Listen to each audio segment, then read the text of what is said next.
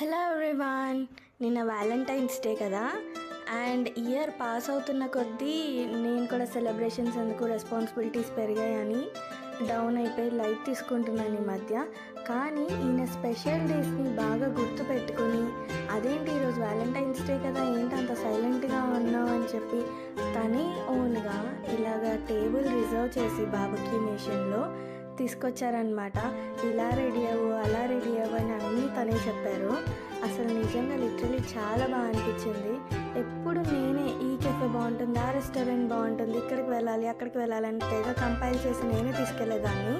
కానీ ఈసారి ఎవ్రీథింగ్ తనే అరేంజ్ చేశారు.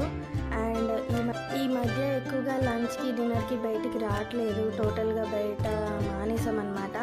ఇంకా ఒకేసారి వచ్చేసరికి మొత్తం అన్నీ కుమ్మేశాను. పైగా బఫే సిస్టమ్, మల్టిపుల్ డిషెస్ ఉండడం వల్ల ఎక్కువగా హెల్తీ పిక్ చేసుకుని స్ప్రౌట్స్ సలాడ్స్ ఎక్కువ తిని అండ్ ఫుల్గా కుమ్మేశాను అనమాట. హాయిగా టమ్మీ ఫుల్ అయిపోయింది.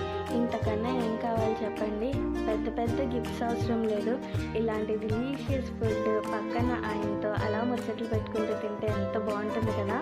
అంత మంచి టైం ఇచ్చి ఇంత బాగా అరేంజ్ చేసినందుకు ఫుల్ హ్యాపీ అయిపోయాను. అది కాకుండా లాస్ట్లో ఏం చేశారంటే వాళ్ళతో మాట్లాడి కేక్ కటింగ్ కూడా అరేంజ్ చేశారు. నేనైతే షాక్. అంతమంది ముందు నుంచి కేక్ కట్ చేస్తుంటే అసలు నాకు ఏం మాట్లాడాలో తెలియట్లేదు. అటు ఇటు చూస్తుంటే నవ్వు వస్తుంది. బాగా అనిపించింది. ఆ మ్యూజిక్ పెట్టి కేక్ కట్ చేయించి చాలా బాగా చేశారనమాట. ఐఎమ్ సో హ్యాపీ నిన్న అయితే. Thank you for everything Nani.